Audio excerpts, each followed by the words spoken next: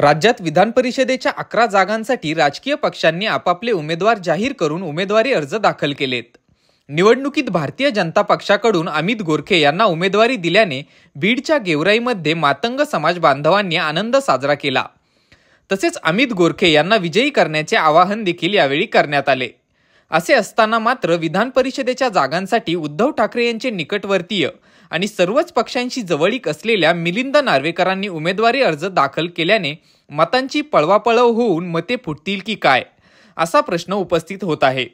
तर मातंग समाजातील अमित गोरखे यांना उमेदवारी दिल्याने मातंग समाजाकडून गेवराईत भाजपचे आभार व्यक्त करण्यात आले.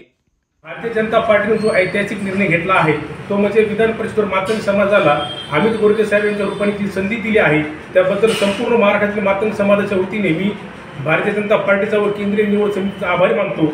तसेच आपण येत्या 12 तारखेला अमित गोरखे साहेबांना प्रचंड बहुमताने विजय करून त्यांना आपण न्याय द्या एवढीच संपूर्ण मातंग समाजाच्या वतीने आपल्यास मागणी करतो.